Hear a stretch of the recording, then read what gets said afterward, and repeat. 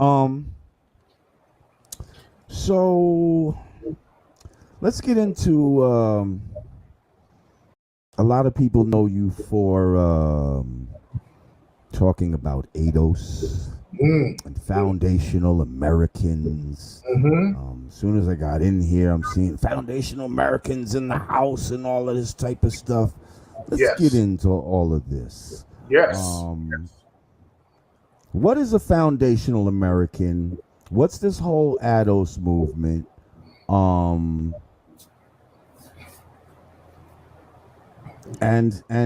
how is this? How is that not something that's kind of divisive amongst black people in this country? Like how do we decide who's who? Okay, good question, brother. Let's first decipher and break down what is and what's not about lineage. The ADOS thing, that's some other shit. That's basically Tone and Yvette Carnell. That's their little LGBT organization that they try to flip the agenda for every other week. Every week it's about something else. That ain't got nothing to do with anything about, that's just Tone and Yvette shit. That's all ADOS is. One week is this, the next week it's that. It changes up too much. It caused too much confusion. So that kind of rubbed a lot of people the wrong way. That's why they don't have any followers right now. That's an organization. They were going around telling people they're the leader of this organization. Right. So that's something else. That's some other shit right there. Okay, let's just be clear on that. I ain't got shit to do with that. That's some shit with some like LGBT. Black Lives Matter type of deal. Yeah, basically. Yeah, it's just like another version of Black Lives Matter. You say one thing and then you switch it up with something else. It's some sucker shit that ain't got nothing to do with anything. Now it looked like some Democratic shill shit, like they're trying to get people to get on the Democratic train. It's nothing. When we talk about what a foundational Black American is, we're going back to the work of Claude Anderson, the legendary Dr. Claude Anderson. He talked about how Native Black Americans, and he's talked about this for 40 years, are exceptional people, meaning that we are the only non-immigrants here, which is true. Native Black Americans, meaning black people that were here before white people got here. Is that what we're calling Native Black Americans? That's why we came up with foundational Black Americans, so that there wouldn't be any kind of confusion. What he meant by Native Black Americans, meaning the Black Americans who built the country. That's what he meant. Now, what you just said, that causes a lot of confusion, and a lot of people had that confusion. When you would say Native Black American, people would think, are you talking about Native Americans like Indians? So that would cause confusion. So what I did, being a fan of Dr. Claude Anderson, being a student of Claude Anderson, I said, let me tweak his designation just a little bit better and call them foundational Black Americans, because over here in the North American continent, us foundational Black Americans, we're the founders of the United States. There was no United States until foundational Black Americans built it. So we are acknowledging our own designation. So that's not divisive, because other groups do the same thing too. When people in the Caribbean, when they have Caribbean Day or Jamaican Day, they wave their flags, and that's fine. You're from Jamaica, you're representing Jamaica. When people come from the African diaspora, they represent their flags, the Nigerian flag, the Ghanaian flag. We are foundational Black Americans. This is our home. People try to tell us that we, foundational Black Americans, we don't have a home. We're just some lost tribe wandering around somewhere. And that's not true. This is a nation that foundational Black Americans built from scratch. There are three things that make up foundational Black Americans. Number one, the Black people who were brought over in captivity. Number two, the Aboriginal Black people who were already here, according to the Spanish conquistadors. When they got here, they kept talking about all the Black people they saw here. And then number three, the Black people who were the explorers who came and traded here way before Columbus, like Ibn Farouk, like Idrisi, like Al-Mansudi, all of these Moorish explorers who came here and traded and left people here, left translators here. This makes up foundational Black Americans. On the foundational Black American flag, we have a date, 1526. This is when a Spanish explorer, Ion, brought over 100 Black people from Spain who were Moors, brought them here to the North Carolina, South Carolina area. Those Black people rose up against the Spanish, amalgamated with the Aboriginal people here, and they blended in. So the first foreign people on this land to become permanent settlers were Black people. So we settled this place way before white people in many instances. So that gives us a unique perspective on this land. A lot of people try to make slaves interchangeable only when it's politically feasible for them.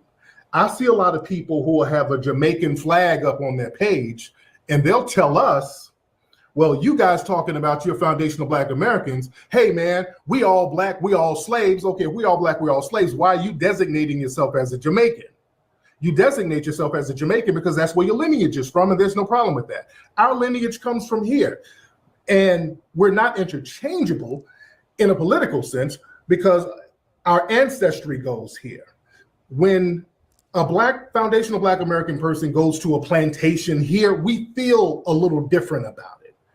Our ancestral memories trigger a little different feeling about that. As if I go to somewhere in Jamaica, I might not feel the same way. I feel a camaraderie with them, but I might not feel the same ancestral memory as a person on a Jamaican plantation. Let me ask you something real quick. How does one know that they're a foundational American? You got to go somewhere and feel it in your ancestral memory, or because let me just say that I, a few years back, did a like an ancestral search, not through ancestry.com or nothing like this. This is a sister who actually, tries to trace your lineage through documents and all of that type of stuff or whatever. So I had just did on my father's side, right?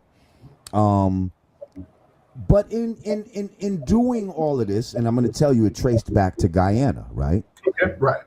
But it's about 4 generations back, right? So anyway,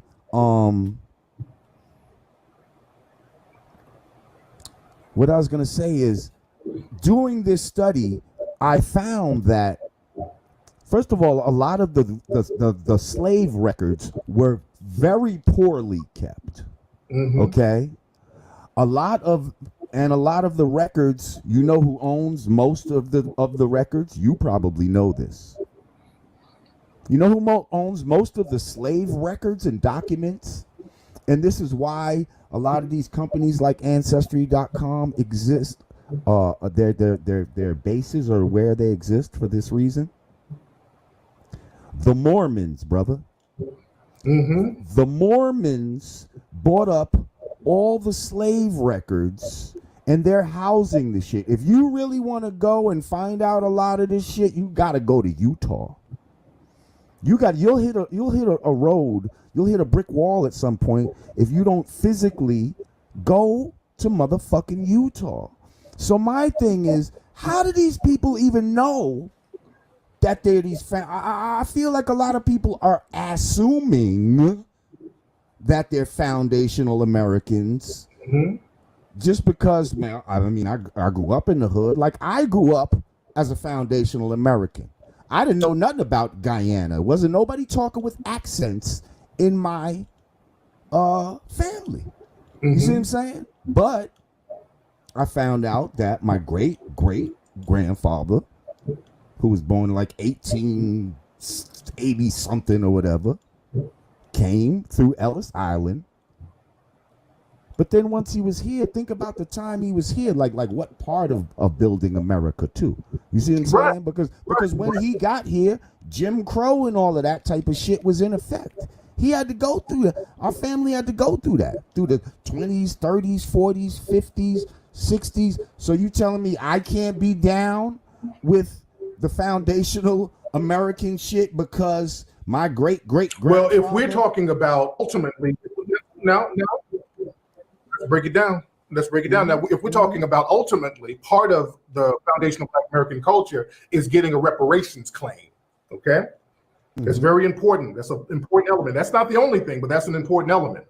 Right. We can trace that we can trace back who my family suffered from redlining and all that type of shit, because I know how you feel about like Jamaicans that come here right now, this generation, and they're able to get loans. My family didn't go through that. My family didn't get all that when they came here. We lived as regular Black people. So let's talk about that. Let's talk about that. That would not, if they came over and they immigrated, because your family came from immigrants. They immigrated over here, and you can trace Ellis Island. Right. I know the boat. That's very different, because you can't get a reparations claim like that, and it's very important to not mix it up. But now keep in mind, this is just my father's side. I understand that. We all have two sides now. My mother's side, I ain't traced that yet. That could go straight to a plantation for all I know. Right. So we got to take those things into account as well. Both of my parents, on both sides of the family, we can trace everything back to plantations in Alabama and North Carolina. So my family, 100% foundational Black Americans. Nobody in my family immigrated. How many people can do that, though? Do you think? We can. We can do that. Most of us can. How many that are claiming to be can really do that? Keep it real. You can trace your family lineage at least back to 1870. You can trace your family back to the 1870 census. If you know your mama and you know your daddy, their name has been documented somewhere. You know where to trace them. Right. So a lot of them had just first names, though. You know what I mean? Like, I'm telling you, I physically, this is not no easy shit to do these traces. Like, I physically have been through this shit. Like, I've seen it. Like, I went down that rabbit hole for a second. And when you get to all of that slavery type of shit, like, the records are not what you think. And like, people even change their names and shit like that because of education, the spelling changed and all kind of shit, or they added some fancy shit to it. There's outliers to it, but generally it's pretty easy to trace your lineage back to slavery, to a plantation, or it's easy to trace your lineage back to at least the 1870 census. The average person who can trace their lineage back to 1870, 9 times out of 10, you came from a slave plantation, because they'll list you as a farm worker or domestic or something like that. So that means you came most likely from a slave plantation. And that's a little bit different from somebody who immigrated over, because you wouldn't be eligible for a reparations claim. We can't open up that door, and this is for several reasons.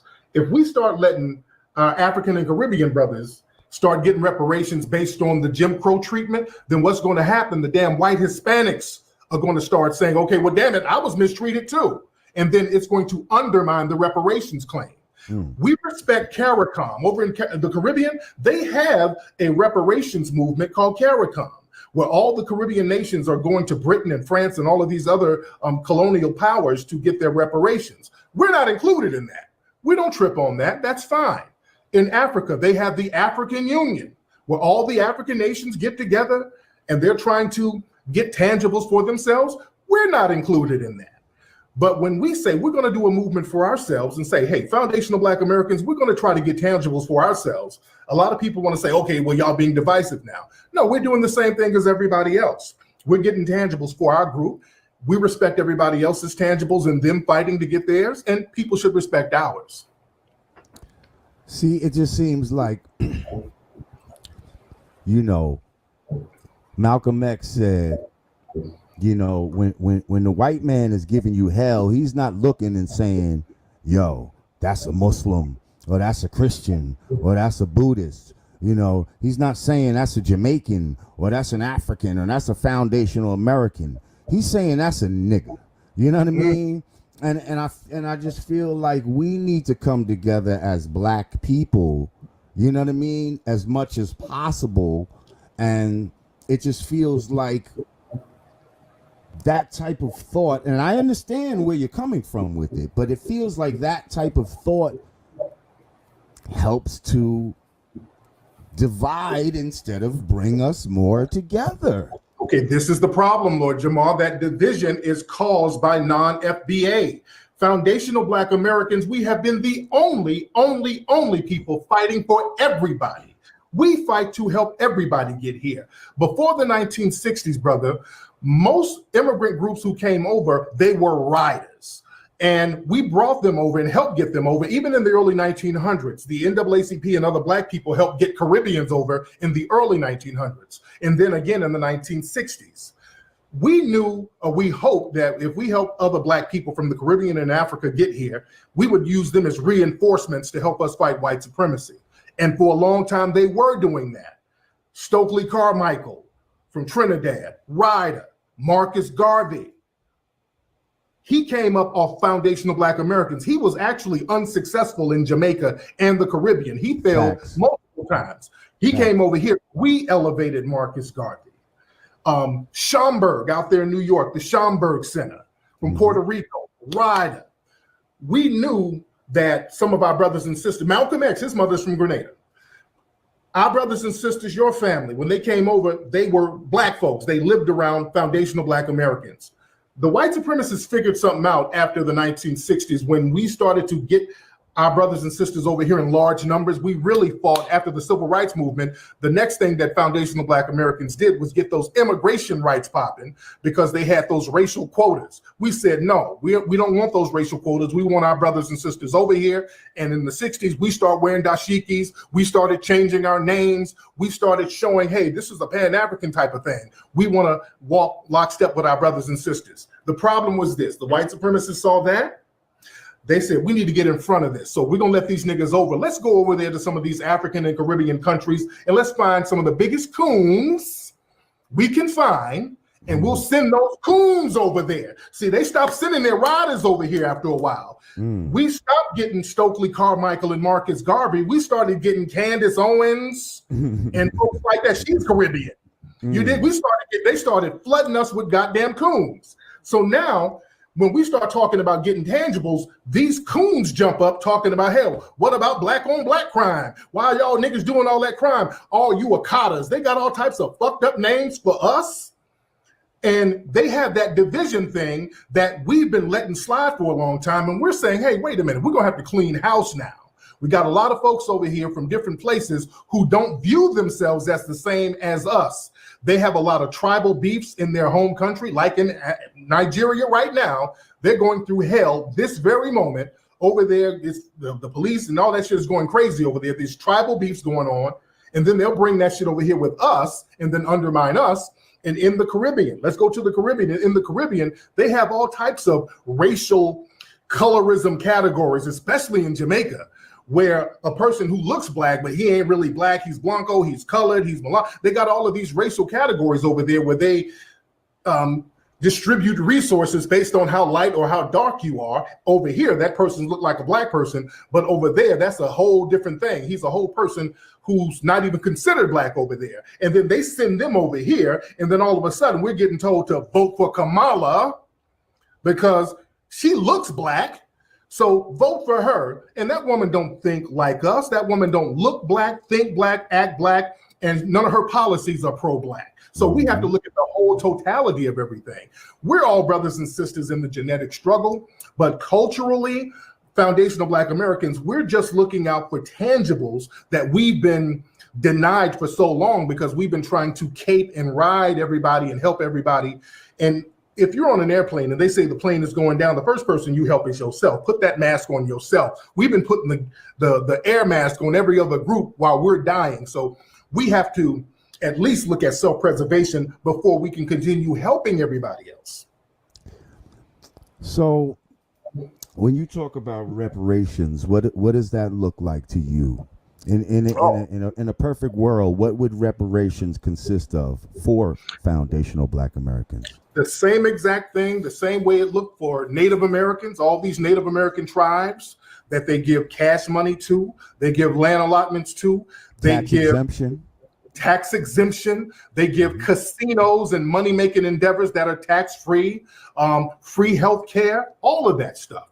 All of that stuff can be going right to us as well. Because a lot of these Native American groups that's getting this stuff, they had no bearing on the building of the government of the United States. They really didn't develop this country. Some of them were on the land, but a lot of the Native Americans that we have now are really $5 Indians. They're really fake Native Americans. It's a bunch of white folks who signed on the Dawes rolls back in the early 1900s, paid $5 to get their name listed as Native American. So now they get all of these resources and benefits. So it's a hustle that's going on. So the tangibles, it starts off at 15 trillion. They got it. This is the United States. We built the wealth of this country. When they had the COVID thing and the COVID release, they started popping up money out their ass. They pulled it right out their ass overnight. So they got it. This is the United States of America, man. We got cash on top of cash. And foundational Black Americans, we have a debt that's owed, and we need to get paid that debt. You're a flat earther, aren't you? Absolutely. Lord JAMAR is a flat earther, everyone. Hey, what's up everyone? Birdman here. So we've got another rapper dipping his toes into the conspiracy kiddie pool, and of course, it's another flat earther. Let's hear what he has to say and see if I can't answer the questions he raises, shall we? Why are you a flat earther, sir? Because it's ridiculous to think that someone can live on a ball, to think that water could wrap itself around a spinning ball, to think that people could be on the bottom of a fucking ball and be upside down because some magical thing called gravity is allowing it to happen. So that was a lot, but let's reiterate his points so that we may answer his claims. Number one, it's ridiculous to think that someone can live on a ball.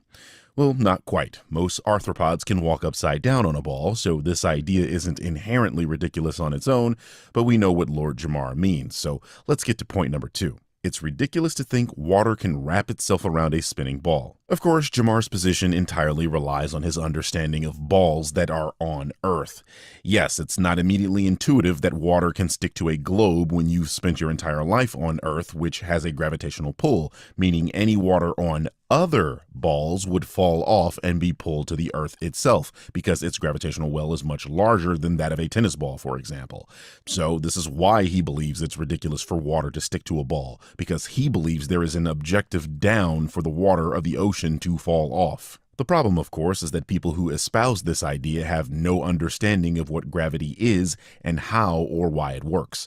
Whenever I ask these people why does water fall down on a flat Earth, they quite literally invoke gravity by saying density and buoyancy, two concepts that rely on gravity to work in tandem. Which brings me to his third point. Gravity is a magical force. Now, there is some truth to this statement, in that there are many things we don't understand about gravity, and things we don't understand seem magical to us until we understand it.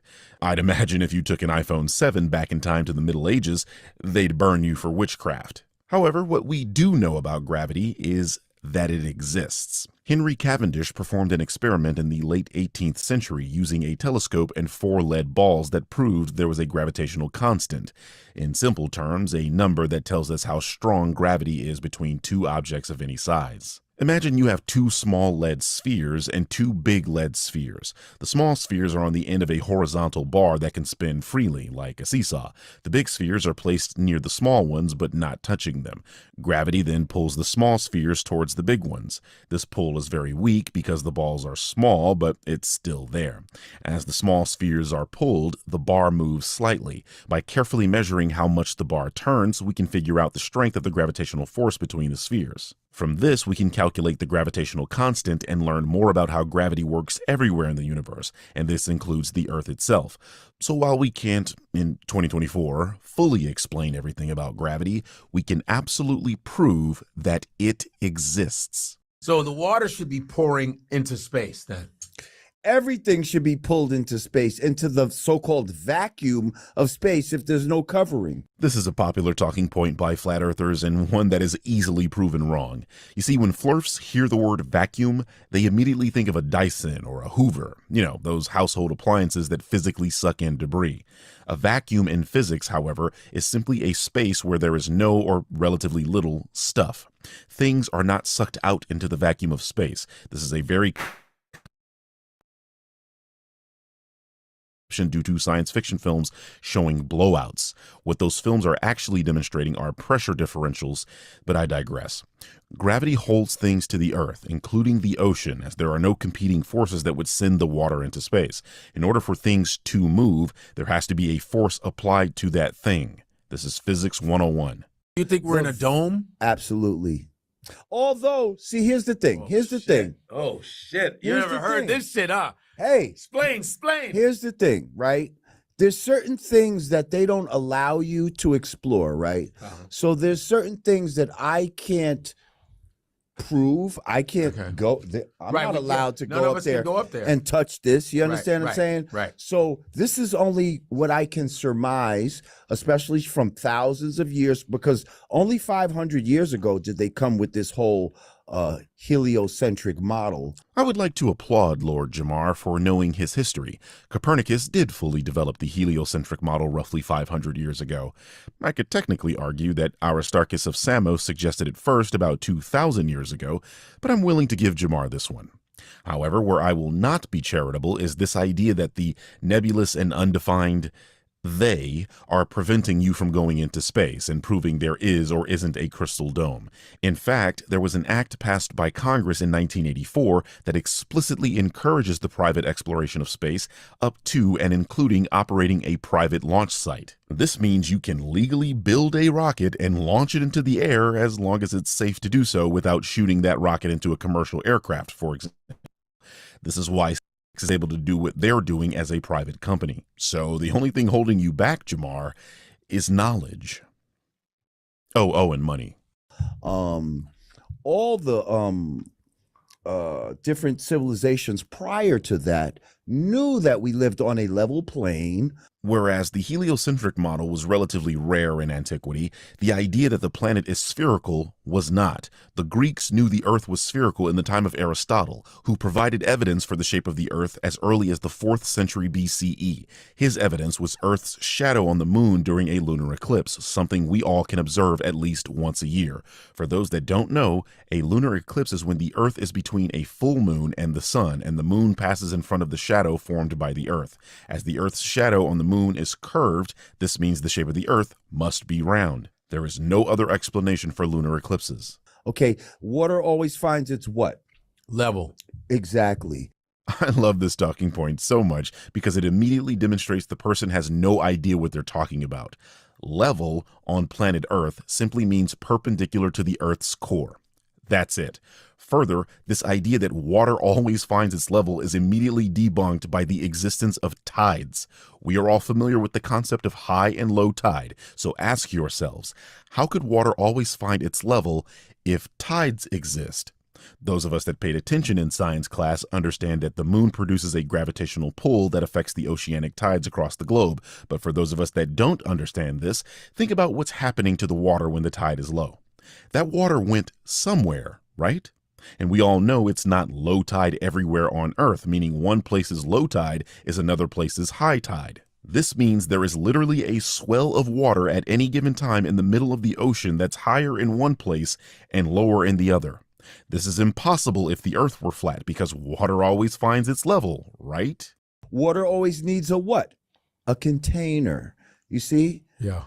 I can't have this drink on the outside of my cup. It must be on the inside of my cup. It must have a container. Water needs a container, you say? Well, what do you call all this containerless water? So there's no way that water could just stick to the outside of a spinning ball. Think about it.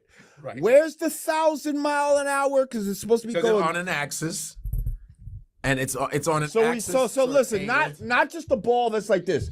It's a ball like supposedly like this, and that axis also equals to 666. But that's some what? That's some whole other shit. Yes, it is some whole other shit, but unsurprisingly, Lord JAMAR is a Christian, as most flirfs tend to be. This is because it's the Bible that suggests the Earth is flat and has a crystal dome called the firmament. Anyway, this shows why Godfrey isn't the guy for this discussion, as he brought up the axial tilt of the Earth, which doesn't have anything to do with why the ocean is attached to the Earth, and it allows JAMAR to spread his nonsense even further. One thing I've noticed about most flirfs is that they have no concept of just how massive the Earth is. So when they talk about the rotation speed of the planet, 1,000 miles per hour sounds huge to them. The Earth's size is why that number doesn't matter. The planet rotates once per day. Get on any roller coaster that takes a day to finish its cycle, and that no longer sounds like a fun ride, does it? What the fuck? Yes, sir. Axis of evil? Anyway, so now you're on an axis, shit. and then you supposedly have land masses that are going on the top, on the side, and on the down under, right? They call it down under for a reason. Right. So do you believe that people are upside down right now in Australia, and that rain goes up instead of down? It rains up in Australia. This is a hilarious demonstration that one was not paying attention in school. First of all, there is no up or down in space. These directions only make sense on objects that have a large gravitational pull. Gravity is why you feel the direction down, as gravity is pulling you to the center of whatever object you happen to be on. Therefore, no matter where you're standing on Earth, you will be standing on the ground, and rain will fall to that ground. So yeah, if you happen to be in a place on the planet that's the opposite location of Australia, their rain would be falling towards you. However, Godfrey's podcast takes place in New York City, so rain in Australia would be falling relatively towards the Atlantic Ocean, not you in New York. Do you believe that planes are landing on moving runways? Why can't I go up in a helicopter for an hour if the world is spinning? Why can't I hover for an hour and come back down and be somewhere else? Because, Jamar, helicopters require air to fly. Air is a part of the atmosphere, and as we've already discussed, gravity is holding everything to the Earth, including the atmosphere. Since you were on Earth when you left the ground in the helicopter, you retain the rotational momentum of the planet and are spinning along with the Earth. I think flirfs believe that once they jump off the ground, they're no longer on Earth, but the atmosphere is still very much a tangible part of the planet. The laws of motion are easily demonstrated with a car crash. Once the car stops abruptly, your body continues moving in that same direction, and this is why we wear seat belts, Jamar. Damn. That makes sense. No, it doesn't, Godfrey. No, it doesn't. It does, but this is what I heard. I was talking to a former fighter pilot, and they get up to 50,000 feet, like 20,000 something more feet. And I said, do you see the curvature of the Earth? He says, yes, we do. He's lying to you. He's a Mason. I guarantee it. And if his flat Earth beliefs didn't convince you that he's a conspiracy nut, the Mason accusations about a person he's never met does the trick. It's also a boomer accusation. I haven't heard someone be called a Mason or a part of the Illuminati since I was in middle school. These days, it's the woke mind virus. Damn.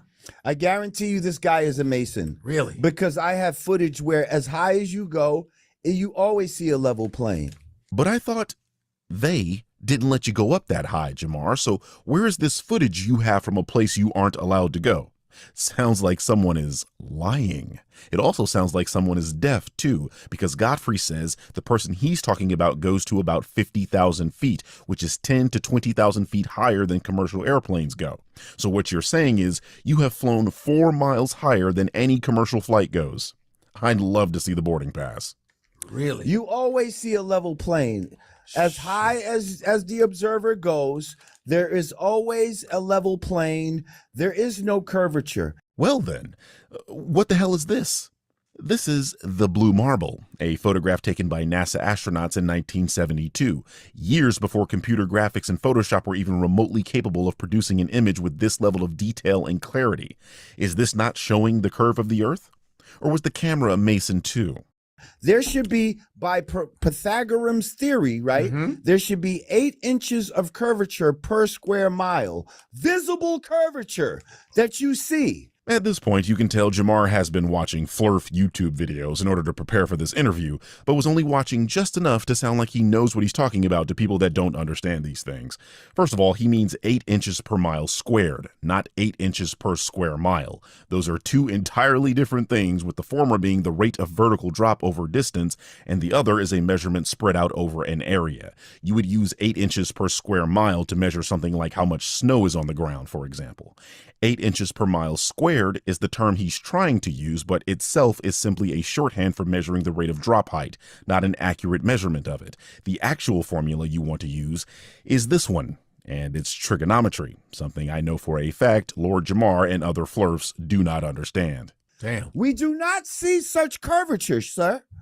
This is some bullshit that they use to create basically to take God out of the equation. And there it is, folks, the thing most flurfs won't outright admit. They get this concept of a flat Earth from the Bible, and it's why a majority of flurfs are religious Americans that don't understand Australia. So let me ask you something. Yes. The Big Bang Theory. Mm-hmm. When's the last time an explosion, which usually destroys things, created something? While this video is not about the Big Bang, I'll bite. First of all, the Big Bang was not an explosion, as most scientific illiterates think it was. The Big Bang was simply the sudden expansion of space-time from a singular point. The effects of this expansion can be observed today with the cosmic microwave background radiation. Second, the Big Bang created naturally occurring phenomenon such as gases and heat. JAMAR is implying that an explosion cannot create a microphone or something complex, but scientists don't suggest that's what the Big Bang did either, so this is a straw man argument. Heat, gravity, dust, and gases created stars, and the leftover remnants became planets and asteroids. That's what the Big Bang created. Rocks. Billions of years ago. No, because that's what they told us, right. That's when can I do an experiment? Right now, they're doing a hadron collider trying to fucking find the God particle because they're trying to find creation out of destruction, and you never will because there was a lie. So he went on a little tangent there, and I'm not particularly interested in the religious aspect of the argument, but I am interested in Godfrey's mention of billions of years and Jamar's almost instant rejection of that idea. This tells me that Jamar is likely a young Earth creationist, or one of those people that believe the Earth is only about 6,000 to 10,000 years old. That is easily disproved. Elemental decay is something we've understood for a long time. In short, unstable atoms change into more stable atoms by giving off radiation where they lose neutrons or electrons in a process called radioactive decay. When this happens, that element becomes a different element or an isotope of the same element. The amount of time it takes for half of a group of unstable atoms to decay into stable ones is called the half-life and is measurable by scientists. For example, the half-life of the elemental isotope rubidium-87 is 49 billion years, after which it decays into strontium-87, which makes it a suitable candidate for radiometric dating, or simply measuring the ratio of rubidium-87 in a rock sample versus the amount of strontium-87 in that same rock sample. This gives us an accurate age of rocks on Earth, and we have rocks on this planet that are roughly 4 billion years old, which tells us that's roughly the age of the planet itself. That's fucking stupid. You will never see Europe from New York City. You know why? Because there's a thing called atmosphere. And atmosphere acts like a glass. It only allows you to see but so far. Yeah, that don't make sense. That's fucking stupid. That was dumb. So a person super chats that if the Earth were flat, you should be able to see Europe from New York City, and they both immediately shoot that idea down as stupid while simultaneously entertaining this lunacy being spouted by Jamar. You can't make this shit up. Also, he says the atmosphere acts like a glass, and that's why we can't see Europe from New York. And I don't know what kind of glass Lord Jamar has, but the kind I have is see-through. Anyway, he's not exactly wrong. Atmospheric conditions would become a barrier on a flat Earth at some point, but this does not address the fact that we should be able to see much further than we can if the Earth were flat. But it's not, so we can't. This is why boats disappear over the horizon bottom up and not shrink into a dot, which is what they would do on a flat Earth. As far as fuck away anyway. You can see things that are mad far that you shouldn't be able to see, where it should be under the, first of all, what's it called? A horizon, right? Yes. What's the root word of horizon? Horizontal. You know what the origin of the word stupid is, Jamar? To be amazed, like I am right now at this level of stupidity. The origin of the word horizon is from the Greek word meaning circle. Yeah, how do you like that? Anyway, by the time English adapted the word, it meant a boundary, and that's what the horizon apparently does, create a boundary between the land and the sky. And to absolutely no one's surprise, the word horizontal is derived from horizon, not the other way around, genius. An airplane. What is a plane? A plane is something that goes straight across. Yes. I'm trying to figure out what an airplane and its name has anything to do with the shape of the Earth. Besides, aircrafts get their name from the French word planer, which means to soar. You know, the things airplanes do. What is sea level? Sea level. Okay. None of this says curveizing or, sea curve. Is this not the sea curving? And again, level simply means perpendicular to the Earth's core. You also don't know that sea level is different in different parts of the world, which means it's lower or higher than, say, the sea level in New York City. That would very clearly debunk your earlier idea that water finds its level, as the oceans are all connected. If water found its level, every place on the planet would have the same sea level, and tides would never be a thing. We measure distance in straight miles. We don't measure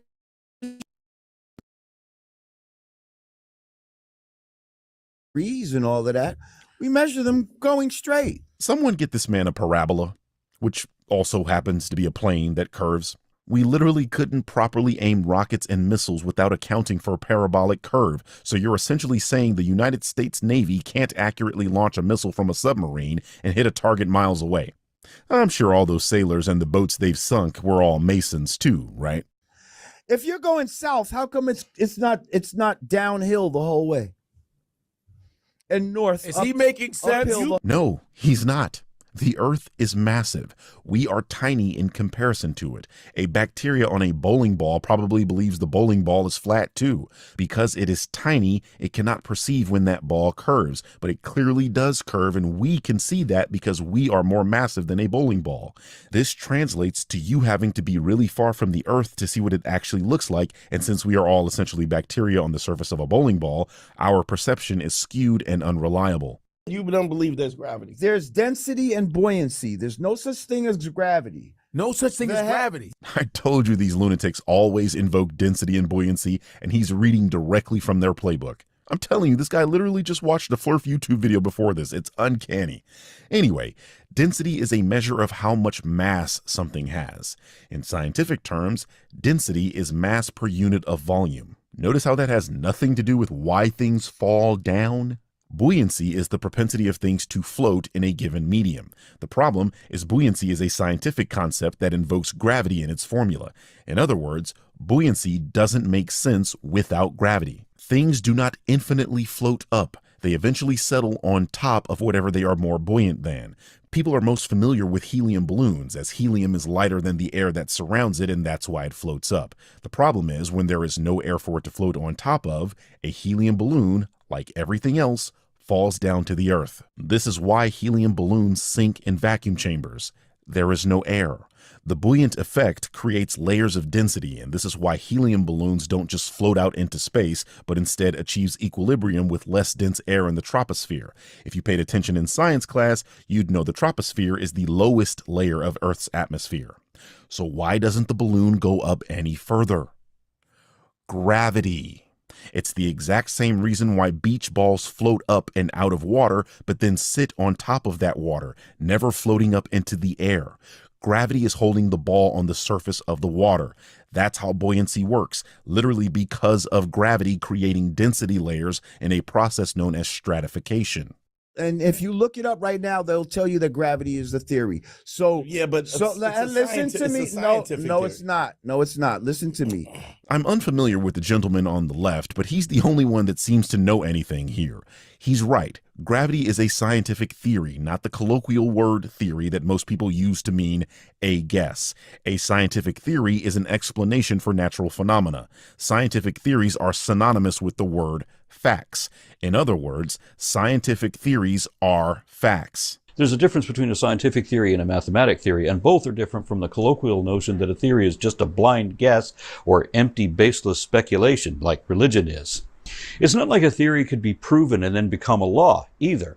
And natural laws are just the summary statements or equations men devise trying to understand what they've observed. Theories are higher than laws. A scientific theory is a verifiably accurate explanation with practical application encompassing a body of facts, natural laws, and other associated hypotheses within that particular field of study. Theory is the highest level of confidence science can achieve. It's as close to proven as anything can be, if one applies the mathematic definition of proof, but that's not the one creationists use, so it's not the one I'll use when explaining it to them. The National Academy of Science declares that evolution is both a fact and a theory because every modern scientific theory both is and explains established fact, like the theory of gravity, relativity, tectonic plate theory, atomic theory, oxygen theory, cell theory, and the germ theory of disease. We know that cells are the basis of living organisms, that diseases are caused by germs, and that all matter is made of atoms.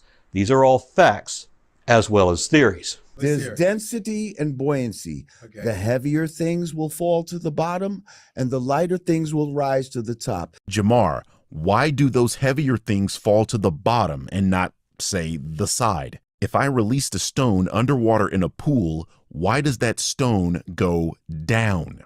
There's water all around it, and the stone is heavier than the water above it, so why does it go down and not up? Why not sideways? Why always down? The answer, of course, is gravity. Gravity pulls objects towards the center of mass. On Earth, this translates to the Earth's core. If gravity was real, well, then it has to have intelligence because it's holding down the oceans, which weigh tons, but yet it's allowing bubbles to rise to the top. It's allowing guppies to swim through the fucking ocean. It's allowing birds to fly through the fucking air. Like, that's ridiculous. This argument makes zero sense. First of all, your answer for why things fall down is density and buoyancy. If those were the correct answer, then those too would have to have intelligence, right? I mean, because birds fly and fish still swim on your flat Earth, no? Gravity is a pretty weak force. It doesn't take much to overcome it, as you yourself have pointed out. Birds counteract gravity by flapping their wings and achieving lift, which can only be accomplished if air exists. Without that air, they too will be unable to fly, no matter how hard they flap their wings. Today I'm going to be seeing if flies can fly in a vacuum chamber. Okay, we're only at 0.1 atmospheres, not full vacuum, but they definitely can't fly. That's so weird. The flies have now become walks. There's also things called perspective.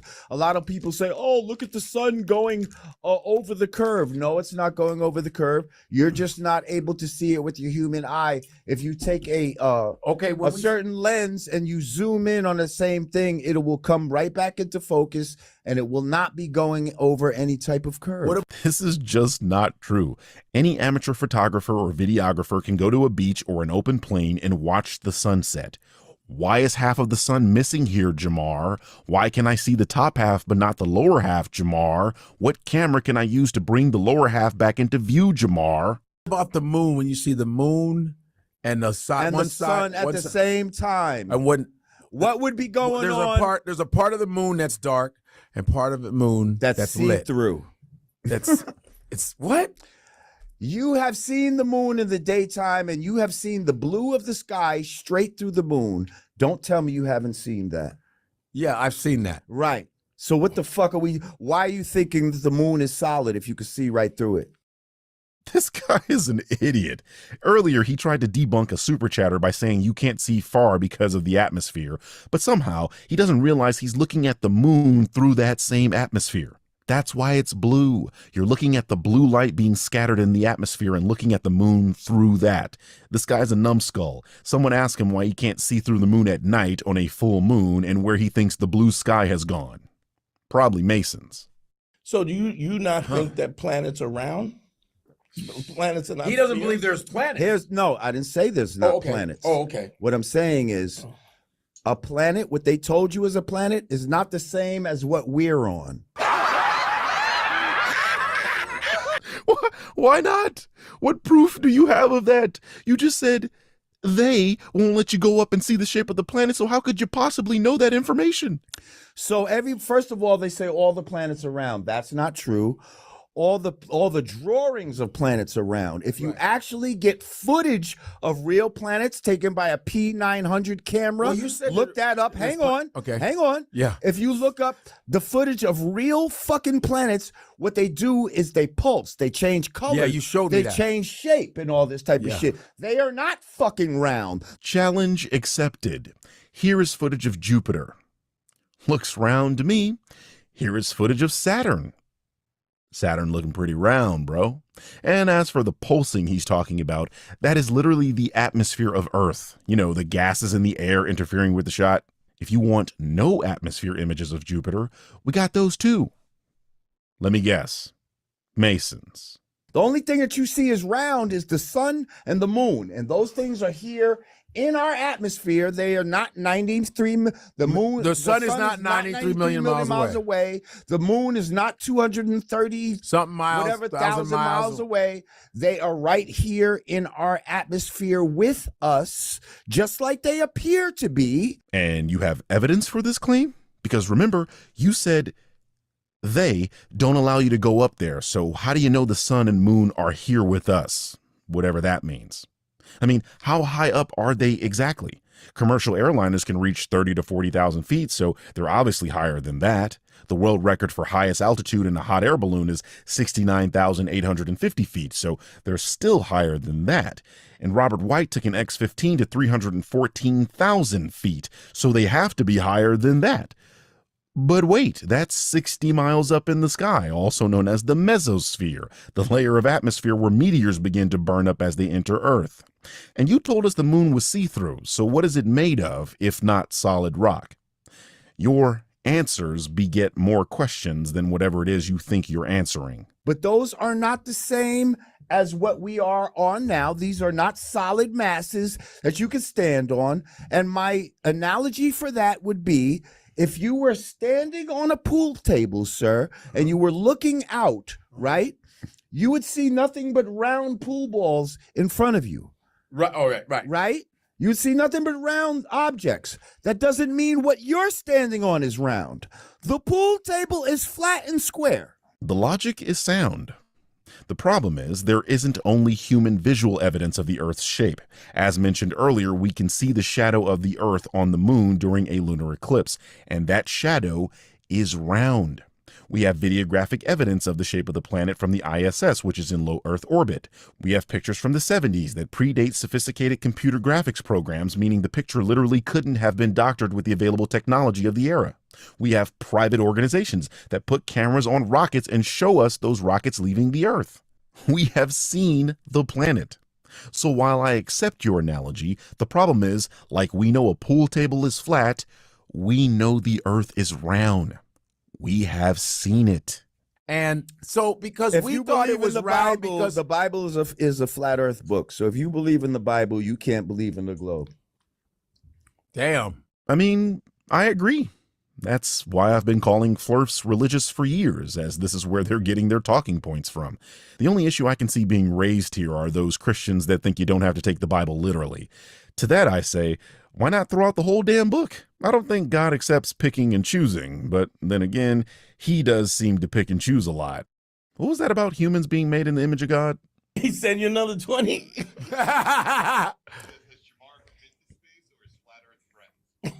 Listen, have you ever been to space, Mr. $20? Right. No. Right. You're taking the fucking word of NASA. By the way, you know what NASA's budget is? What? $53 million a day. Damn. Hell of an incentive to lie. It's actually $68 million a day, but who's counting? Do you know how much your Christian churches make per day? $204 million a day. Gonna say anything about that?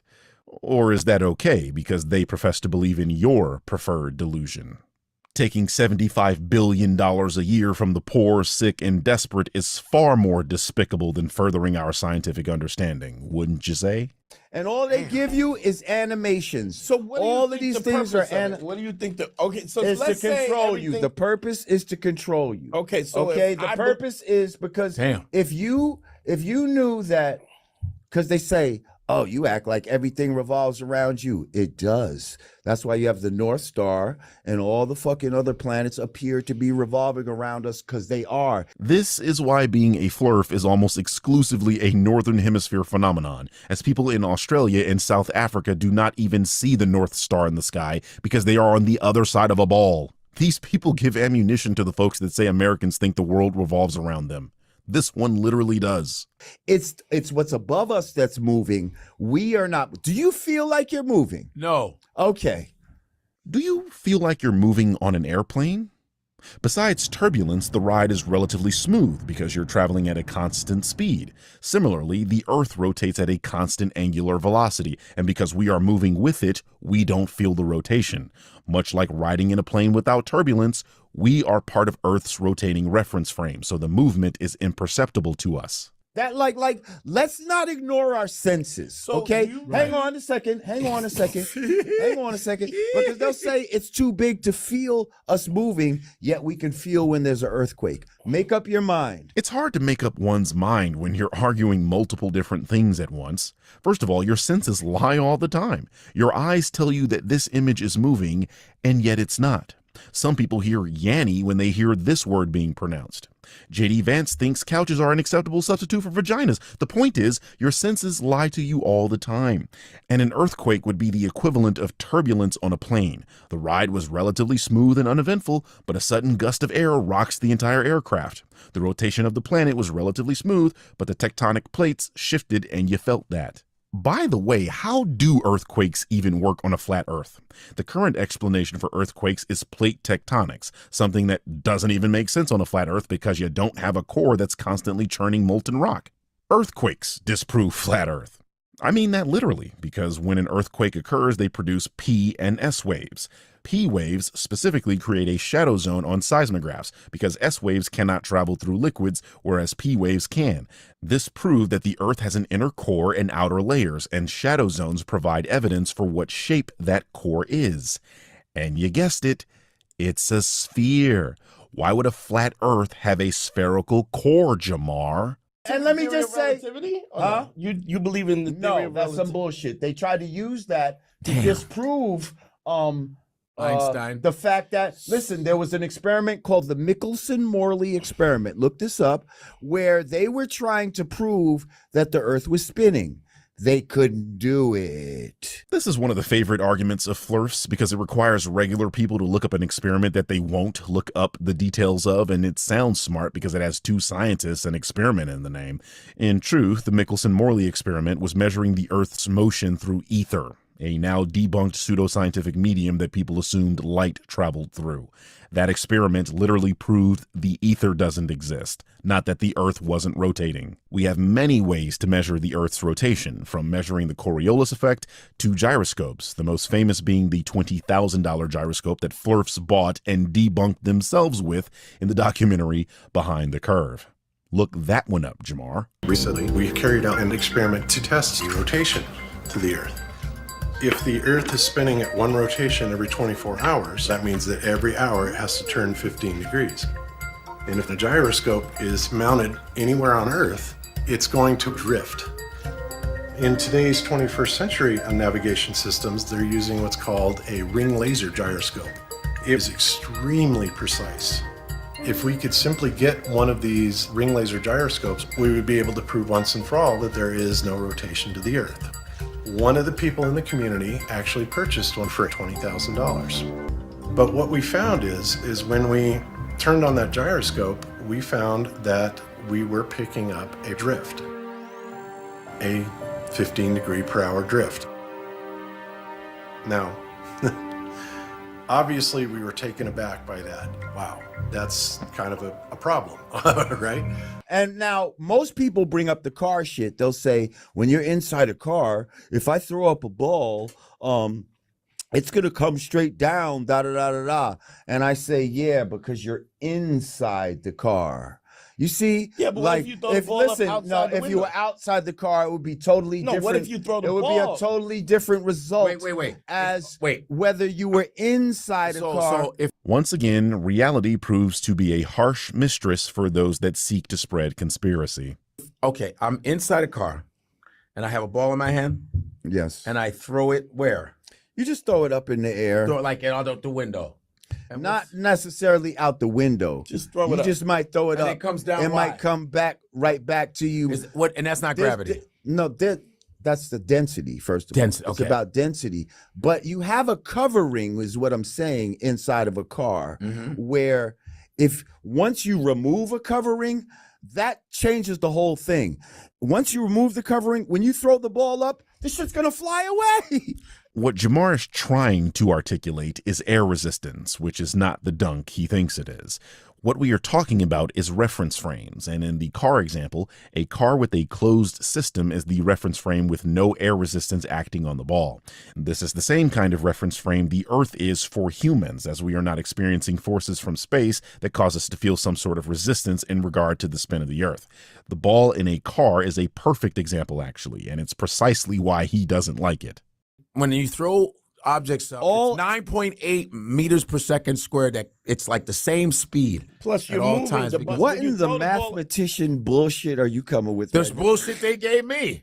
We all got the bullshit. What I'm saying is, why are you remembering this? It's 9.9. It's Like, some what kind of physics. nerd I were had physics you? class. Fucking, I had physics. he just talked about the milkshake experiment. Nobody. You had a just breath. talked about Milk Dud and Nicholson Milkerson. Morley. You just talked about milkshake.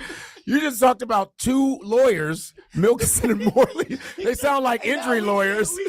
And this proves that JAMAR just watched a few Flurf videos so that he could regurgitate some talking points as if he had a clue about what he was talking about, because the moment someone brought up gravity's formula, he didn't know what it was and called it nerd shit, right after invoking an experiment that he had no clue what the outcome was and himself fumbling the curvature drop formula. You can't make this stuff up. They have Because done a laser. let me just say experiment. something. Let me just say for a no, in all seriousness, I got in this to disprove it. I thought this was the most ridiculous thing. What in was the flat Earth that thing? the flat Earth First, thing. right. I thought this was Yeah. the most ridiculous thing Yeah. in the world. Right. As a 5%er, Yes. we're taught actual facts and solar facts, Yeah. and Right. you know what I mean. I'm Yes. thinking that this is some bullshit. Yeah. Who the fuck came with this? Yes. Yo, bro, word is bond on everything I love. The more you study this, Yes. the more you cannot disprove it. We're over 20 minutes into me disproving basically everything you've said up to this point. You're just not smart enough to disprove it. You weren't the guy for the job. And that's okay. Not everybody is. But you don't want it to be disproved. You've been aggressive and dismissive anytime the guy on the left attempted to speak against what you've been saying. And when the super chats came in, you were dismissive and rude to people literally putting money in the host's pockets. And I'm not criticizing you for that. I'm just simply saying that saying it can't be disproved is bullshit, and you wish this nonsense you were saying were true so that you can feel special, like all lonely flurfs do. Having some forbidden knowledge that they don't want people to have is alluring. Stupid, but alluring. All life exists inside the egg, not outside of it. Right. If we do live in a ball, we live on the inside of the ball. And just like inside of an egg is not filled all the way to the top with the yolk. It might be like halfway. And if you look inside it, if you flash a flashlight inside of an egg, the fucking shit is gonna be level. Right. You understand what I'm saying? Because these liquids always find their level because we're on a level plane, bro. What the does that mean, Kobe Bryant? And that's just what it is. And it doesn't hurt you that you're not on a ball. I don't know why y'all niggas love balls so much. Whoa, no Diddy, son. A lot of ball loving. Son, yo. A lot of ball. Yeah, Yes, the classic "you better agree with me, and if you don't, you're gay" technique. Inescapable logic you have there, sir. Anyway, the argument here is that there is no harm in believing in flat Earth, and time and again, that has been proven untrue. Almost without fail, flat earthers also believe in other conspiracy theories that are actually harmful, because if they would lie to you about the shape of the earth, of course, they are lying about vaccines and the election and Jews controlling the media and eugenics and all other sorts of conspiracies where real people get hurt. Flat Earth is the gateway drug. I mean, look at you promoting homophobia because people don't believe the bullshit you're peddling. It never fails. How do we know that it's round? Nobody can go up there. None of us can. Let me tell you But then they say something. we use satellites to go up and take a picture Let me of tell the you Earth something. being round. They've never been on the outside. They already say we haven't been out of Earth's orbit. So they're already kind of admitting. So spacewalking that is bullshit. They've never really been to space. It's absolutely bullshit. The only satellites they have are satelloons. They have these balloons that go in higher orbit or whatever. But not in space. I've actually heard this one before, that satellites are fake, and when we press them on how we get satellite imagery in GPS, they suggest that balloons are the answer. The problems with this are quite obvious. Number one, we have never in history photographed any of these balloons, and with the amount of data satellites give us, those balloons would have to literally cover the skies. And yet, no matter how many planes we've all been on and how many people have telescopes, not a single image of one of these balloons have been produced. So he has a lack of evidence. And two, who the hell is maintaining all those balloons? I know these people think air is nothing, but air causes friction. Those balloons would pop all the time, and boom, there goes your GPS. Pop, there goes your SOS on your iPhone. Blam, there goes Elon Musk's Starlink. The ground would be littered with balloon material constantly, and the satellite system would be in shambles. Flurfs never think more than a few inches beyond their face. None of this shit ever makes any sense, but according to him, we can't disprove it. That's where the cables, and then you see them everywhere, is the cell towers. It's the towers that's everywhere. This is triangulation. This is a science that's been here for a fucking very long time. That's where your GPS comes from, triangulation. That's just wrong. A cell tower is a static structure. It cannot tell you what your location is in real time like a GPS can. And I know you're referring to a phone, which is not a real GPS, which requires a clear sky for the best results. Why would a real GPS need a clear sky if the signal was terrestrial, Jamar? That phone you're talking about wouldn't get a signal in the mountains, but an actual GPS would. Why does that happen, Jamar? You wouldn't happen to be pulling explanations out of your ass, would you? Are you guys believing this? Listen, all y'all got to do, right? It doesn't make sense. Some of this shit makes sense, doesn't it? Right? And I will apologize, right? Yeah. I will say that I'm wrong, right? All you got to do is have a live stream, right? We shoot a rocket up into space. Don't give me this bullshit about the transmission's gonna cut out or all this time. No.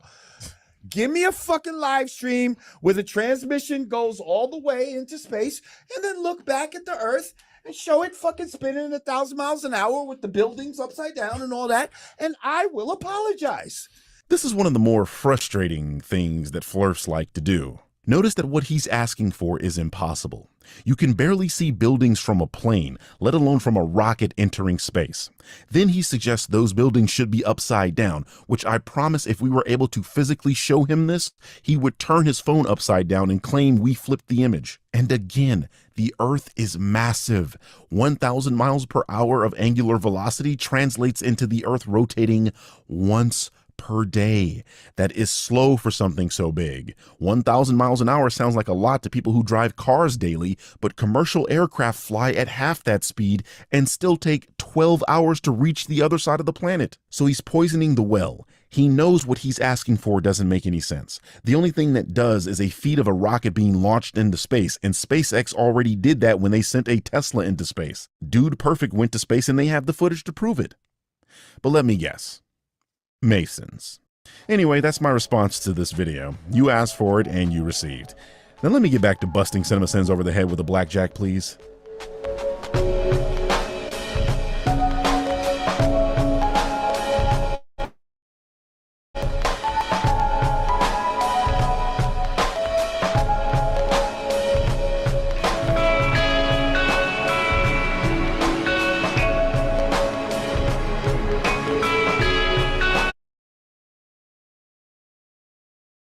North Carolina, 1955.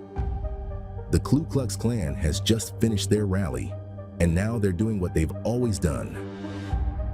Riding through black neighborhoods to terrorize families who've lived here for generations. The local police look the other way, while the government pretends it isn't happening. This was just another night in the segregated South, where wearing a white hood meant you could get away with murder. But in Monroe, something different was about to happen. Something that would shake the very foundation of how Black Americans fought for their rights.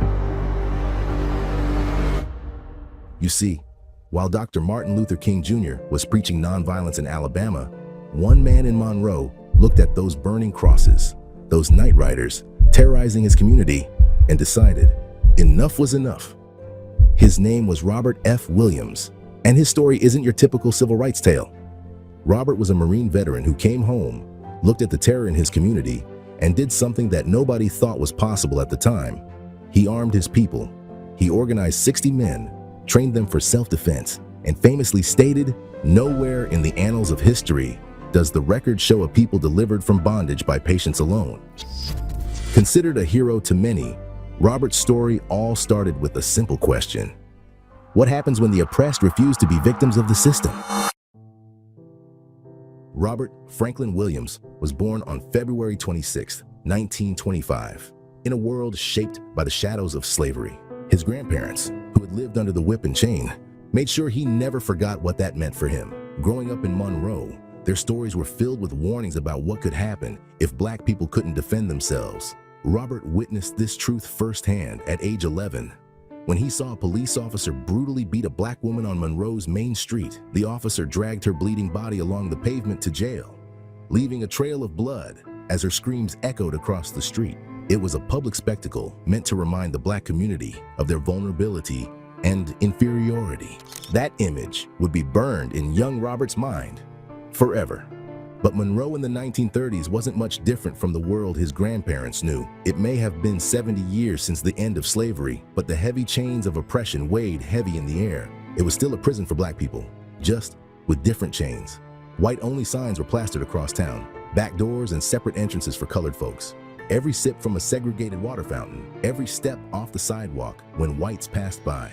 These were the daily humiliations and reminders of a system designed to keep Black Americans in their place. But then came World War II, and like many young Black men in the South, Robert saw an opportunity to better his life up north, Detroit. The arsenal of democracy, a city where you could make real money working in the auto factories. But what he found there wasn't just a job, it was an education in resistance. 1943. The ongoing war had created fierce labor competition between white and Black Americans, both struggling to find ways to feed and support their families. Black workers had migrated north by the thousands, drawn by the promise of defense plant jobs, but Detroit wasn't ready. Housing was scarce, and Black families were crammed into small, overcrowded neighborhoods. White workers became fearful of the competition, so they staged walkouts when Black employees were promoted. In June of that year, white workers at Packard Plant, an automobile manufacturer in Detroit, shut down the entire production line to protest working alongside African Americans. Wow! These guys were serious about their racism. Detroit had quickly become a powder keg of racial tension.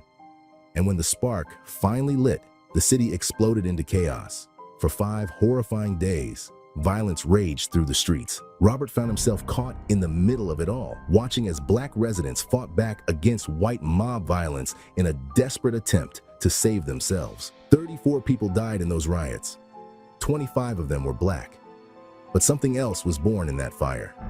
You see, an elephant raised into adulthood while chained to a chair will think that it cannot break free from its bondage. But we all know, mighty is the elephant. The scales had fallen from his eyes, and Robert realized that submission wasn't the only option. He could fight. Like many young Black men of his generation, Robert was drafted into military service in 1944, but his experience would be different. He was assigned to the Marines, a branch that had only recently begun accepting African Americans. For a year and a half, Robert served as a private in the segregated Marines. This wasn't just military service. It was a reminder of the contradictions of fighting for democracy abroad while facing segregation in uniform. The discipline, tactical training, and organizational skills he learned in the Marines wouldn't go to waste. After the war ended and he returned home to Monroe, these same military experiences would shape his approach to defending his community. Robert wasn't alone. He was part of a generation of Black veterans who returned home with the new skills and a deeper determination to fight for their rights. They had defended America abroad. Now they would defend their communities at home. But when Robert returned to Monroe in 1955, he found a town frozen in time. The same white-only signs, the same daily humiliations, the same terror from the Klan, except now, he was seeing it through different eyes, the eyes of a trained Marine who understood the power of violence. And he wasn't alone. In 1947, young Robert had married Mabel Robinson, just 16 years old, but already a fierce advocate for civil rights. Despite her youth, Mabel had already seen enough injustice to last a lifetime. She grew up watching her own community struggle against segregation, and unlike many young women of her era, she refused to accept it quietly.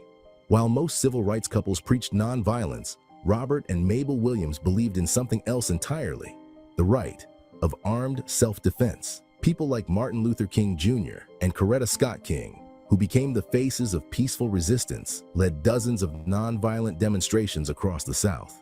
Robert Williams had seen way too much to put their faiths in passive resistance alone. But how would this Marine veteran and his young wife transform from peaceful citizens into militant leaders of their community? And what would happen when their radical ideas clashed with the nonviolent mainstream of the civil rights movement? By the way, if you enjoy this type of content and want to see more videos about the heroes of Black history, please subscribe to the channel. It means a lot to us and helps us spread awareness about our fight for freedom. To understand what Robert was about to do, you need to understand what the NAACP was supposed to be. Founded in 1909, the National Association for the Advancement of Colored People emerged in response to the lynchings and racial violence sweeping America. It was created by Black and white progressives alike, aiming to fight discrimination through the courts and legislature. Their weapon of choice, however, were lawyers, not guns; respectability, not resistance.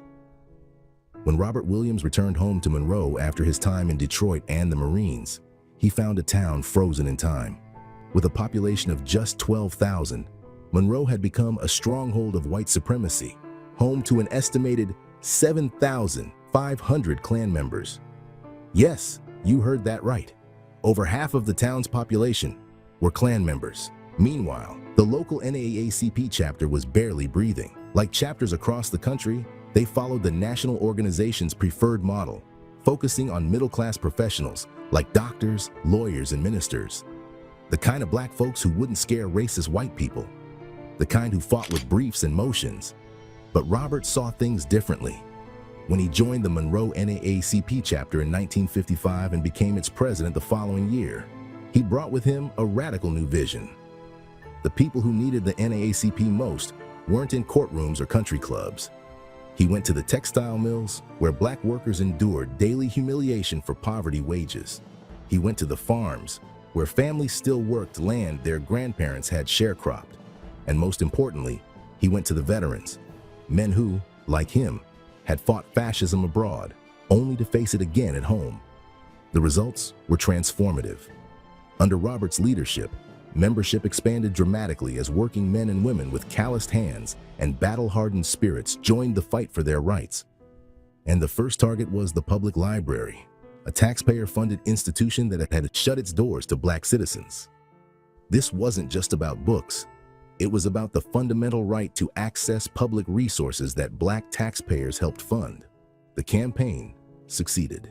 The library's doors were finally opened to all citizens of Monroe, regardless of color. It was a small victory, but a significant one, proving that organized resistance could crack the foundations of segregation. But as Robert and his followers would soon learn, some victories come with a violent backlash. In 1957, Robert led the fight to integrate Monroe's public swimming pool. The math was simple. Black taxpayers had helped pay for that pool, but their children couldn't swim in it. How absurd was that? Following the NAACP's traditional playbook, they started with peaceful demonstrations. NAACP members formed picket lines around the pool. But what happened next would change everything. The protesters were met with a hail of gunfire. White mobs opened fire on the picket lines, and despite law enforcement officers being present, not a single arrest was made.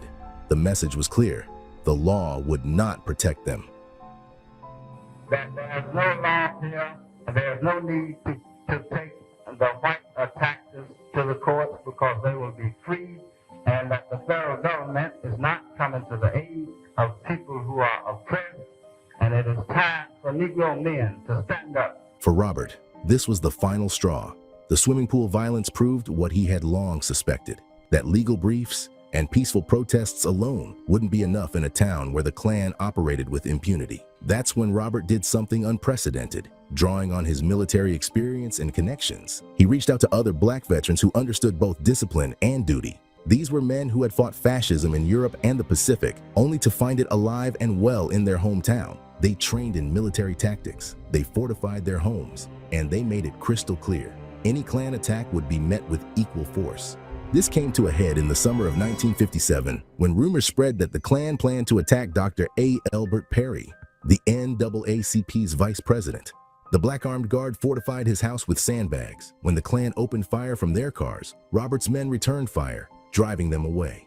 The shooting made headlines, but the real story was what happened next. The same city officials who had always defended the Klan's constitutional right to organize suddenly changed their tune.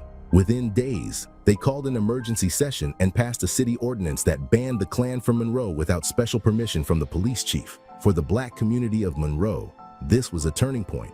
Robert himself explained it best in his book, Negroes with Guns. Racists consider themselves superior beings and are not willing to exchange their superior lives for our inferior ones. They are most vicious and violent when they can practice violence with impunity. The ordinance requiring Klan gatherings to get police permission marked the first time the local government had ever restricted Klan activities in Monroe. The message was clear. Organized armed resistance had achieved what decades of peaceful petitions could not. But this success came at a price. The incident drew the attention of not just local authorities, but the FBI.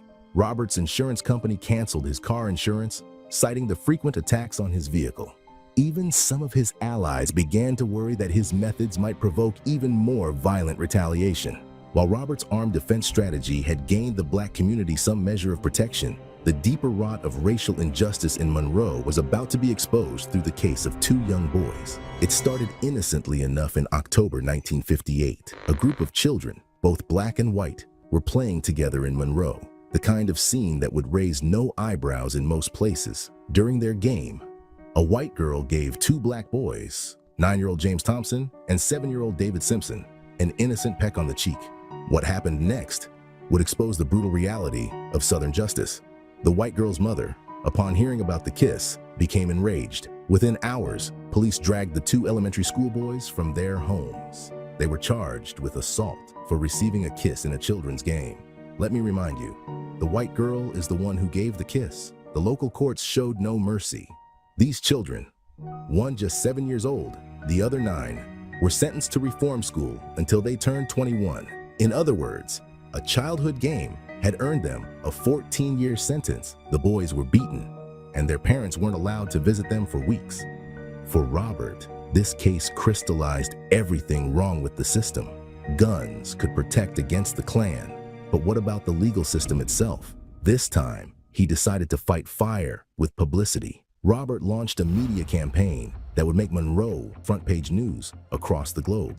He contacted newspapers worldwide. He organized protests. He made sure everyone knew about two little boys torn from their families, beaten, and imprisoned, all for a childhood kiss. The international response was overwhelming. Civil rights activists across America rallied to the cause. European newspapers ran scathing editorials. Even Eleanor Roosevelt, the former First Lady, spoke out against this travesty of justice. Under this intense global pressure, North Carolina's governor was forced to act. The boys were finally released and pardoned, but the state never apologized for its actions, and the incident revealed to the world the brutal injustice that Black citizens of Monroe faced daily. The kissing case had exposed Monroe's racial injustice to the world, but it had also revealed something else: the power of Robert's increasingly militant approach to civil rights. Where traditional NAACP leaders might have quietly filed appeals, Robert had turned a local injustice into international news. For the NAACP's national leadership, this was the final straw. Robert's armed resistance against the Klan had already made them nervous. Now his aggressive media campaign and unapologetic rhetoric were drawing attention they didn't want. By 1959, the tension between Robert's militant approach and the NAACP's traditional strategy would reach a breaking point. A confrontation was coming that would force the entire civil rights movement to grapple with a crucial question. In the face of violent oppression, was nonviolence the only acceptable response? By 1959, Robert's confrontational approach had put him on a collision course with the NAACP's national leadership. When he publicly responded to a Monroe court's decision to acquit two white men of raping a pregnant Black woman, his words would ignite a firestorm. Standing on the courthouse steps, Robert declared that if the courts wouldn't protect black citizens, they would have to protect themselves. The NAACP leadership, committed to their nonviolent approach, suspended him from his position. But Robert wasn't done. If anything, the split from the NAACP freed him to pursue even more militant strategies. Through 1960 and early 1961, the tensions in Monroe continued to simmer. By 1961, the law was clear, at least on paper. The Supreme Court had ruled segregation on interstate buses and terminals unconstitutional, first with Morgan versus Virginia in 1946, and again with Boynton versus Virginia in 1960. But across the American South, these federal rulings meant nothing without enforcement. In May 1961, an interracial group of activists decided to test these laws themselves. They called themselves the Freedom Riders, and their mission was deceptively simple: travel on interstate buses through the South, challenging the segregation that the Supreme Court had already declared illegal. The response was swift and brutal. In Anniston and Birmingham, Alabama, the Freedom Riders faced devastating violence. As law enforcement stood by watching, white mobs attacked the riders with shocking brutality. In Anniston, their bus was firebombed. In Birmingham, they were beaten as police conveniently disappeared for the first 15 minutes of the assault. Robert and MLK had long differed on tactics. While King preached nonviolence, Robert argued that triumph depended on the adversary. King acknowledged the advantages of armed self-defense, but maintained that nonviolence demanded greater self-control and courage. In May 1961, as Freedom Riders faced brutal violence across the South, Robert took a bold step. He sent King a direct telegram, challenging him to do more than lead from afar. No sincere leader asks his followers to make sacrifices that he himself will not endure. You are a phony. If you lack the courage, remove yourself from the vanguard. Now is the time for true leaders to take to the field of battle. If leaders believed in nonviolent resistance, they should physically participate with their fellow protesters on the front lines. 2 months later, when the Freedom Riders finally reached Monroe, they would find themselves caught between these two philosophies: nonviolent resistance and armed self-defense. And soon, they would need both. Drawing on his military experience and the discipline of the Black Armed Guard, Robert prepared for the riders' arrival. The stakes were clear. Monroe's clan, over 7,000 strong in a town of just 12,000, had promised violence. The Freedom Riders came to Monroe determined to demonstrate the effectiveness of civil disobedience and challenge segregation laws, but they found something unprecedented: a black community ready not just to support them, but to defend them. For 2 weeks, the protests continued, but as hostile white observers gathered, the situation grew increasingly tense. The riders, recognizing the danger, called for the aid of the Black Armed Guard. Then, on August 27th, violence erupted. White supremacist mobs attacked the riders and caused chaos in the local neighborhood. In the midst of this turmoil, a white couple driving into the area found themselves caught in the chaos. What happened next would change everything. Robert, seeing the couple in danger, rescued them and brought them to his house for safety. But what he saw as an act of humanity, local authorities would twist into something far more sinister. What began as a Freedom Ride demonstration in Monroe quickly spiraled into chaos on August 27, 1961. As violence erupted throughout the local neighborhood, a white couple, Bruce and Mabel Stegel, drove their car into the midst of the turmoil. In a moment that would test Robert's principles, he faced a crucial choice. The crowd had recognized the Stegel's car, the same vehicle that had recently displayed hostile segregationist messages. But rather than allow any harm to come to them, Robert did something that defied the mob's expectations. He brought the couple into his home for protection. With the Stegals safely inside, Robert tried to use this moment to help others in danger. He called Police Chief A.A. Monet, attempting to negotiate medical care for Freedom Riders who had been jailed and denied treatment. The response from Chief Monet chilled Robert to the bone. "You'll be hanging from the courthouse square in 30 minutes. This wasn't just a threat. In Monroe, it was a real possibility. White police authorities were already working to frame Robert's protection of the Stegals as a kidnapping. Despite the fact that the couple never reported any abduction after leaving his house, the propaganda was already being made. Within hours, the situation had transformed. This wasn't just another confrontation with local authorities. The FBI issued a warrant in Charlotte, charging Robert with kidnapping, despite the fact that the Stegals never reported any abduction after leaving his house. Facing false kidnapping charges and the very real threat of violence, Robert and his wife Mabel were forced to make an impossible decision. They fled Monroe, beginning a journey that would take them first to Cuba by way of Canada and Mexico. But exile didn't silence Robert. It amplified his voice. In Cuba, with Fidel Castro's approval and government assistance, he established Radio Free Dixie in 1962. This groundbreaking program, which aired in the US and Canada, combined jazz and blues with sharp commentary on the American government. That same year, Robert published his seminal work, Negroes with Guns. The book detailed his experiences with violent racism and laid out his fundamental disagreement with the nonviolent wing of the civil rights movement. His words would later profoundly influence Huey P. Newton, founder of the Black Panther Party. After 5 years in Cuba, Robert's journey continued. He traveled throughout Asia and Africa, speaking out against racism, colonialism, and the Vietnam War. In Vietnam, he even met with revolutionary leader Ho Chi Minh. From 1966 to 1969, Robert and his family lived in China, where he continued to publish his newsletter, The Crusader. His presence there deepened the connection between the Communist Party of China and the African-American revolutionary movement. In a historic moment, he received the honor of meeting with Mao Zedong, who issued statements supporting the African-American struggle against discrimination. By late 1969, Robert and Mabel returned to the United States, settling in Michigan. The kidnapping charges still loomed, but Michigan's Governor William G. Milliken refused to honor North Carolina's extradition request, noting that Robert couldn't receive a fair trial there. The legal shadow wouldn't lift until 1975, when Robert was finally able to face the charges. In January 1976, nearly 15 years after he fled Monroe, North Carolina prosecutors dismissed all charges against him, acknowledging their main witness was too weak to appear in court. Robert's story wasn't just about one man's fight for justice. It was about challenging the very framework of how civil rights could be won. At a time when nonviolence was considered the only acceptable path, he dared to argue for the fundamental right of self-defense. His influence would ripple through generations of civil rights activists, reshaping the movement in ways that would be felt long after his death in 1996.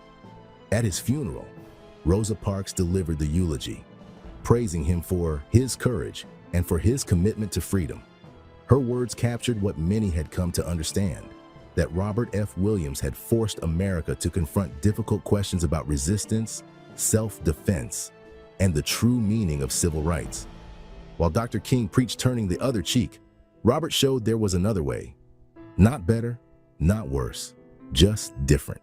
A Marine veteran who understood that sometimes the only language oppressors understand is the language of force. He proved that armed resistance wasn't just about guns. It was about dignity, about standing up straight in a world trying to keep you on your knees. If you want to learn more about freedom fighters who stood up for Black justice, check out our video on Fred Hampton,